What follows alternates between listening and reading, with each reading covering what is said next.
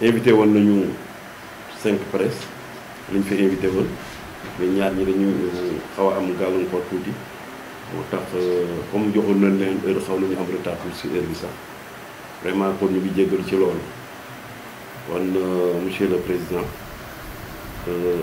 pour introduire rek dañuy bàyyi mu def mu présenté wu wax ci cursusam ak ko dugal ci politique kon président kàddu gaa nga ko ak yow bu fekkee gars yi pare nañu rek c'est bon. maa ngi leen di nuyu yéen ñëpp ku ne sa tur ak sa sant man la Abdoul Aziz Sall président mouvement ànd defar suñu gox maa woote woon tey conférence de presse pour waxtaan ak askan wi waxtaan ak suma waa mouvement waxtaan ak waa commune bu Tivaouane Peulh Niague li waral woote bi nag ku ne xam nañ ne dañuy jublu ci élection locale te man mu nekk candidat ci élection yi ñu jëm muy le 23 janvier 2022 di ñaan yàlla may ñu ndam lu sedd guy ba ñu mën a dem gérer commune yu Tivaouane Peulh Niague comme ni ko askan wi di xaar man Abdoul Aziz Sall nag li may faral di wax toujours man Niakrop fii laa juddoo fii laa yaroo fii laa defee sama cycle primaire jóge fii dem defi sama cycle secondaire Tëngéej bi ma demee ba classe de 3e toujours dama koy faral di wax suma yaay soxna bii nga Njaay nekkoon jigéen bu diminué bu yàlla dogal mu néewoon doole lool te yaakaar naa ne képp ku ma xamoon ci njàng ñi ma bokkaloon classe xam na ñu ne fii xam nañ ne bokkoon naa si les meilleurs élèves de ma génération waaye moment boobu suma yaay nekkoon koo xam ne dafa néewoon doole daal néewoon na doole jigéen boo xam ne daan dem Caaroy fajar war a ñibbisiwaat pour jox ñu lekk war a gontuwaat encore pour bu ngoonee aussi mu mën ñu joxaat lu ñu lekk ma gisoon ne vraiment c'était dur metti woon na ci moom loolu dem naa ba mënuma concevoir circonstance bi suma yaay nekk par la suite laa wax ne daal man daal damay bàyyi jàng dem defi formation soudure bi ma ko defee 4 ans 5 ans loolu nag ma si jubluwoon rek pour naateel a liggéey rek dimbali suma yaay parce que sonn na bi ma demee defee formation soudure yàlla aussi dimbali na ma bi ma génnee ba am diplôme bi teeloon naa liggéey maa ngi jëkk liggéey si benn entreprise bu ñuy wax Sekat mu nekkoon Xombol sëñ Moustapha Jamil bu sëñ Mansour moo ko moomoon di woon suma xarit ñu seqoon lu bari mu boole ma ak papaam aussi sëñ Mansour vraiment lu ne seq naa ak moom lu ne ñaanal na ma ko bi ma fa jógee aussi laa dem ICS aussi moo mën fi benn contrat ICS aussi def naa fa 5 ans 6 ans yooyu nag laa commencé di mën a dimbali suma yaay muy xaw a noppalu tuuti mais nag yàggul pratiquement bi may ne ICS la suma yaay gaañu en 1997 boobu la gaañoo bon ma continuer ICS ba 99 laa jóge ICS dugg ci commerce bi 99 ma dem Niague Lac Rose fi Niague Lac Rose fa laa nekk doon def exercer commerce ba 2011 laa opté pour dugg ci promotion immobilière ma dem defi formation bi aussi parce que kenn du dugg si comme affaire immobilier dafa sensible ma dem defi formation bi ma fa jógee laa ubbi benn agence immobilier boole ko ak di def bâtiment bon en quelque sorte daal dugg si opérateur économique pour la ma say jëlee ma mën ko boole bokk ak askan wi ci côté social ndax comme man xam naa souffrance ndax ci souffrance laa nekkoon man ak suma yaay kon su ma amee dara as néew war naa xool ñi xam ne mën naa leen dimbali ma dimbali leen te yàlla rek tax ci loolu laa nekk di def opérateur économique yor entreprise bu ñuy wax agence Serigne Babacar Sy mu nekk fii ci commune Tivaouane Peulh Niaga bi ci yoonu Lac Rose bi ma toogee ba saf yaakaar naa ne 1 an ci ginnaaw bi ñu préparé local yi man daaw ma def politique du ma politicien askan wi Tivaouane Peulh Niaga ñàkkurab ñu dajaloo ñëw seet si ma toujours damay wax ne man du ma créer mouvement bi déedéet askan wi ñoo ñëw seet si ma nañu daal dañoo am choix si yow pour ñu créer benn mouvement bu ñuy wax ànd defar suñu gox nga jiite ko ndax dañoo bëgg a dem élection locale yi di ñëw diisoon na ci man parce que comme man daaw ma def politique te liggéey rek laa xam social daal laa gënoon ci social bi laa gënoon féete dimbali askan wi bi ñëwee wax ma ko moo recevoir leen ñu waxtaan mais c'était un peu dur pour moi ndax opté wu ma woon def politique nag ci laa leen da ngeen may parce que aussi suma papa bàyyi na fi ay ñoo xam ne sumay kilifa lañ suma yaay aussi bàyyi na fi ñoo xam ne sumay kilifa lañ ñoom ama ak ñi nga xam ne aussi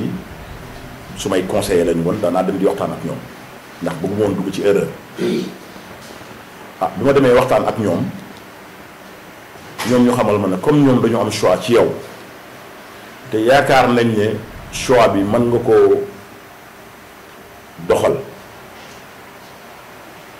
ñun daal bu ñu sañoon nga bañ leen a gàntu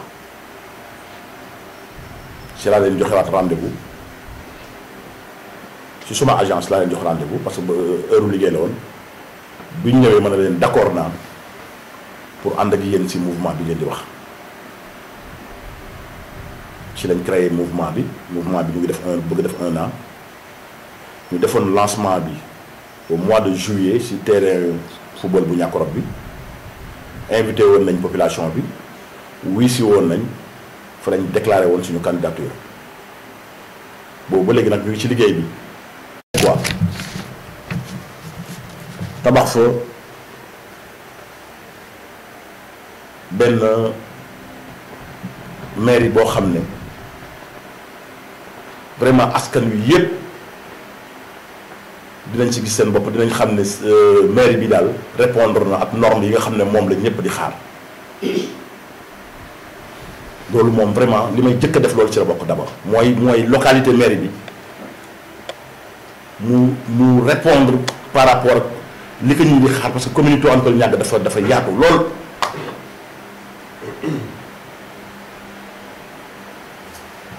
Deuxièmement aussi li nga xam ne mooy comment dirais-je lu mel ni côté culture parce que bu nekk dañ ciy cof rek ndax bu ñu bëggee jël yëpp duñ fi jógee lu mel ni côté culture aussi dafa am solo lool ci suñu zone bi lool ku ne xam na ne dëkk mënul dox sans culture bi aussi yaakaar nañ ne am nañ ci ay projets yoo xam ne ay projets yu fiable la yoo xam ne bés bu ñu ko indilee askan wi bés bu ñu askan wi falee bu ñu ko defee képp koo xam ne yaa ngi yëngu ci culture sa xol dina sedd ndax culture bi aussi prévoir nañu ay financement yoo xam ne ay financement waaw logiciel yoo xam ne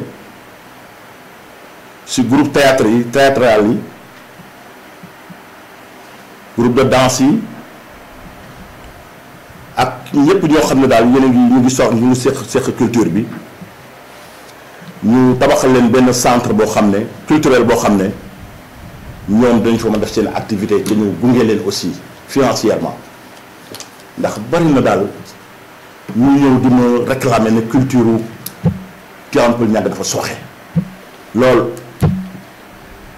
te nag comme dafa bokk ci démembrement état yi ñu alloué maire man de bés bu ma ko jëloon ñi nga xam ne ñu nekk ci culture daañu kontaan ndax lu ma lépp loo xam ne war na ak ñoom dinaa ci def lamama ci wàllu culture lépp nag laa wax wàllu domaine national bi aussi nga xam ne moo lëmbee commune bi nan la ko lëmbee koo wax mu ne problème yi bari na ci domaine national bi foofu nag li may wax mooy li indi problème yi yépp mooy ñàkk defar ay këyit ci mairie Tivaouane Peulh Niaga ñàkk délibéré defar ay notification rek notification te notification yi ñu lay defal souvent boo ko jëlee boo demee tribunal juge bi da lay wax ne yow li nga mën jël dafa mel ne rek këyitu suukar boo laxa si caaf rek sànni loolu c'est dangereux parce que domaine national dafa nekk loo xam ne dafa sensible trop boo demee tribunal presque coowam rek nga fay fekk comme man nag agent immobilier la yaakaar naa ne su ma waxee nit ñi ne leen bés bu ma jëlee maire bi coowal suuf moom dina jeex ci commune Tivaouane Peulh Niaga ndax képp koo xam ne yaa ngi yor sa suuf nga moom ko dinaa yebal sama commission ñu saytu ko ba mu wóor nga def demande délibération man ak samay conseil ñu xool lañ ca war a def ñu def ko utal la délibération alloué la ko jox la ko. pour l'émergence de cette commune toujours moom lay def loolu rek moo ñu ci commune pour soqali gox bi ndax ñun daal jàpp nañ ni bu ñu askan wi wóoloo ba jox ñu commune Tivaouane Peulh Niaga incha allah dinañ koy yóbbu fu ñëpp doon xaar ndax loolu rek mooy suñu suwee soxlaa ñu si leneen te ku ne xam ne ne mouvement bi vraiment am na détermination boo xam ne ñi ma àndal ñëpp aussi loolu rek moo leen tax jox ndax souvent dama koy faral di wax ñu ma àndal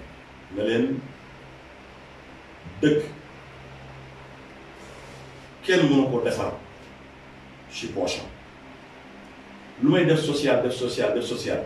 su ma bëggee ne dëkk bi dama ko bëgg a defar ci sama poche damay ñax ñu ñëw waaye xam dëkk ndax lii nga xam ne moo ñu tax a dugg ci politique muy nekk maire Tivaouane Peulh Niaga ku nekk xam na ne maire yi démembrement état la bu état jël pour mu jege askan wi pour mu dimbali askan wi ci naka parce que c'est vrai Macky Sall le président mooy président Sénégal mais nag du fépp la mën a teg tànkam xam nga dëgg na kon bu jëlee ci ay bànqaasam dénk maire lu mel ni 9 domaines de compétence transférés yi leen jox yaakaar naa ne bis bu ñu jëlee maire bi 9 domaines yépp nañ ci def ci kémt lay kattan ba population bi gis ci seen bopp bu baax a baax a baax te bis bu ñu jëlee maire bi li may faral di wax lépp lu maire bi am muy ay ressources muy ay budget dinaa ci boole uti ay partenaires ak man suma li ma am as néew mu bari ma boole ko dimbali askan wi ndax mairie Tivaouane Peulh dem fa ko ñu ngi xaar lii daal moom laa waxoon ne dinaa ko leeral askan wi ba ñëpp dégg. question bi waa ñu posé sànq sama confrère bi moom mooy côté foncier ñëpp expérience bi ñuy am moom mooy nekk les promoteurs immobiliers yi nga xamante ni dañoo dem ba nekk maire fu ñu jiite jàmbat ni suuf dafay bari tey yow nga nekk benn promoteur immobilier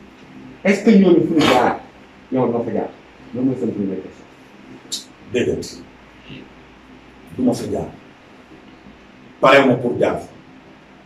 ndax bëgguma fa jaar ndax inégalité bi coono yaa ko wax coono askan bi ci wàllu foncier man damay wax ne mënuma nekk si foncier xam lan mooy foncier wax naa la ko parce que ku def 11 ans nee naa la aw ma kenn jafe-jafe si foncier kenn muy lu jafe de du ma ne man rek parce que man rek c'est trop dit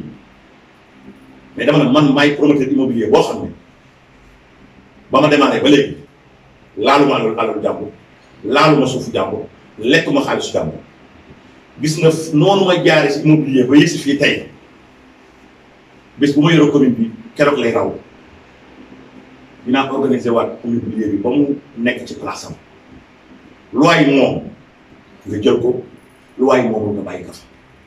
cacophonie bi dinaa ko fi jëlee bu suma yàlla. ñu dégg tey ñi nga xam ne dañu ànd ak beneen camp bi ñu ne amul benn politicien bu fi nekk boo xam ni mosoo am privilège bu jógewul si poosu pas mairie bi mais poosu candidat sortant muy Papis que ni yow mës nga am ay teraanga yoo xam ne mës ngeen ko sekkee yéen ñaar yoo xam ne moo la ko jox wala yoo xam ne contribué na ko sa carrière est-ce que loolu mën nga ni si indi ay leeral. xam nga ñu bari dañuy juwaatle.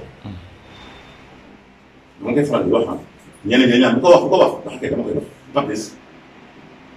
maak moom jàmm la ñu seex mu xam ma xam ko bu baax dama la wax ne ci sama wàllu liggéey muy opérateur économique bi suma agence immobilier dama ne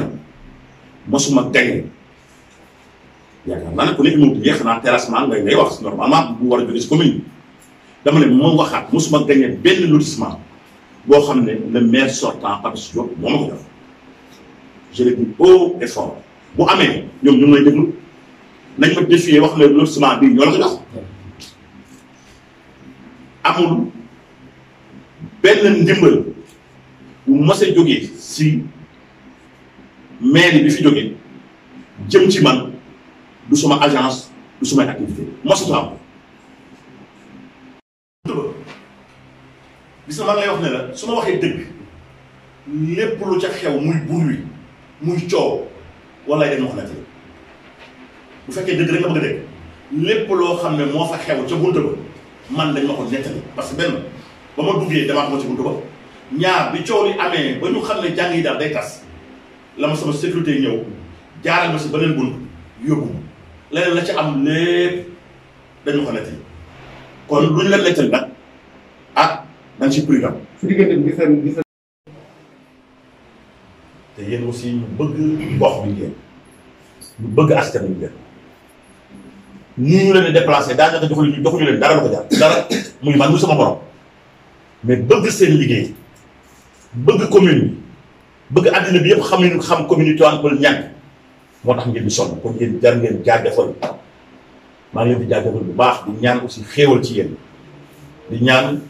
seen organes yi yàlla na dem ba na ngeen ko bëgg. di sant waa commune yi Tivaouane Peulh ñàkk ñëpp aussi ndax bu may sonn maa la ñu ma tax di leen gërëm bu baax di wax ne gis naa askan wi li ñu ma fonke li ñu ma bëgg li ñu ma toppee waaye nag du man yàlla mooy def loolu di sant ñi nga xam ne ñoom laay liggéey loolu muy le mouvement ànd defar suñu gox ñooñu maa ngi leen di beral sant spécial parce que vraiment sonn na lool amatuñu guddi amatuñu bëccëg di sant aussi sama staff bu baax